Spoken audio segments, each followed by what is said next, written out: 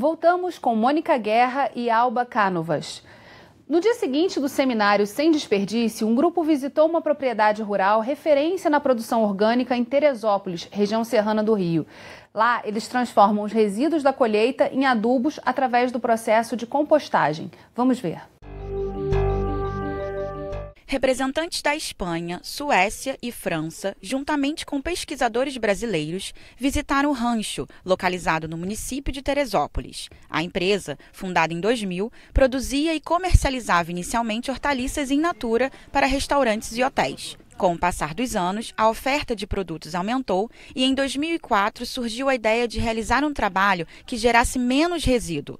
O sucesso foi tanto que o rancho firmou uma das suas principais parcerias com o restaurante Delírio Tropical e passou a produzir alimentos orgânicos. Em 2004 a gente viu a necessidade onde o restaurante queria uma coisa mais prática, né? Que não gerasse tanto lixo como gera o in natura. E foi quando a gente entrou em contato com a Embrapa. E eles explicaram para a gente como funciona o minimamente processado e eles fizeram um projeto para o rancho. Nós fizemos um projeto para 1.000 quilos e a gente se deparou que em 2 anos esse negócio estava duplicando, triplicando e a gente precisava ampliar o negócio. Em 2010, 2011, a gente verificou que o lixo agregado, o resíduo agregado era muito grande. E a gente continuou buscando a Embrapa para isso. Fizemos um projeto, uma técnica de processar esse resíduo, de fazer a técnica da compostagem, onde eu pego parte do meu resíduo, que na realidade eu comecei a tratar todo o meu resíduo, que chegou a ser 2, 3 toneladas que a gente começou, e paramos de poluir o meio ambiente, vamos dizer assim. A gente não gerava mais resíduo no rancho, que jogava a céu aberto. A gente tratava esse resíduo e voltava para nós como adubo para o campo. Que aí começou com o Delírio Tropical.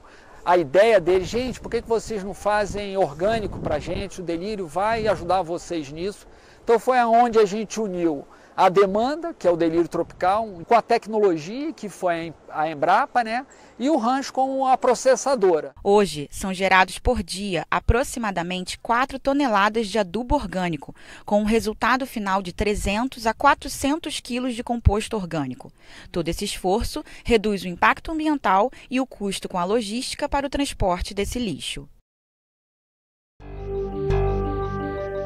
Nessa questão da sustentabilidade, voltando um pouco do que a gente falou no primeiro bloco, a compostagem já é o final da cadeia, né? Como aproveitar os resíduos que foram gerados. O que pode ser feito antes para que você tenha menos resíduos nesse processo?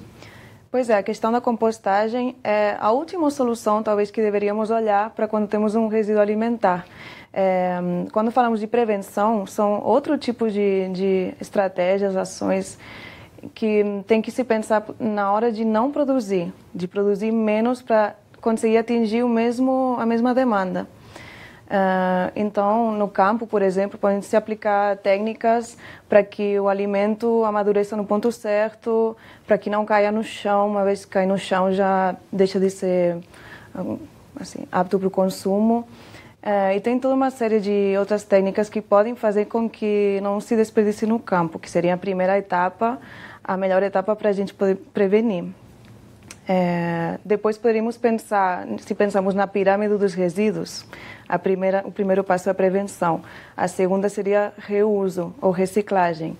Então podemos pensar no alimento que já não é tão apto para o consumo, mas ainda é bom, que é feio, que tem um machucado, que tem um toque, poder processar ele para que ainda vire alimento. Uhum. Ou, por exemplo, alimento animal. Pode não ser apto para o consumo humano, mas ainda é apto para o consumo animal. Esse seria outro tipo de reaproveitamento antes de pensar na compostagem. Tudo bem que a compostagem é bom, é melhor do que jogar no lixo, tem menos emissões de gases de efeito estufa, estamos evitando ainda algum impacto ambiental, mas temos que pensar que não é uma das melhores soluções e temos que pensar no início da cadeia. Agora, pensando também quando esse alimento chega à cidade, há outras iniciativas que também buscam reduzir esse impacto do desperdício, né? O que a gente tem de exemplos próximos da gente no Rio de Janeiro que a gente pode contar aqui para o nosso telespectador?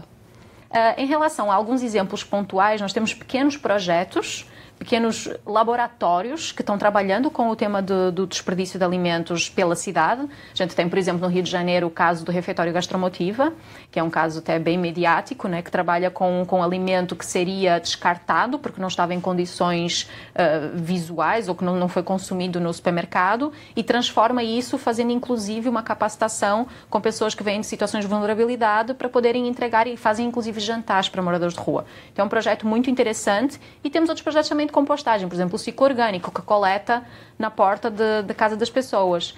E aí, de novo, né, nós temos, sabemos que a Conlurb tem um centro de compostagem no município do Rio de Janeiro e faz o composto da poda das árvores. Como é que a gente poderia usar essa infraestrutura já existente e poderia usar uma nova visão e um novo olhar de qual é o papel do poder público sobre o sistema alimentar e a garantia de uma redução de perda e desperdício para poder usar, inclusive, equipamentos já existentes e potencializar esses pequenos negócios que estão fazendo a virada dentro do sistema alimentar. E tem uma coisa que acaba ficando mais evidente quando a gente começa a conversar sobre esses exemplos, que é aproximar a produção do consumo, né? Isso é um desafio que vem sendo buscado aí algumas soluções para poder ter hortas urbanas, quer dizer, você conseguir deixar as pessoas que estão vivendo nas cidades e que já se distanciaram do campo sendo menos vulneráveis a essa questão da fome, por exemplo. Fazer encurtamento da cadeia. E uma coisa que é um dado que é muito interessante de entender também, nesse encurtamento da cadeia, por exemplo, nós sabemos, de acordo com a Secretaria de Desenvolvimento Econômico e Social do município do Rio,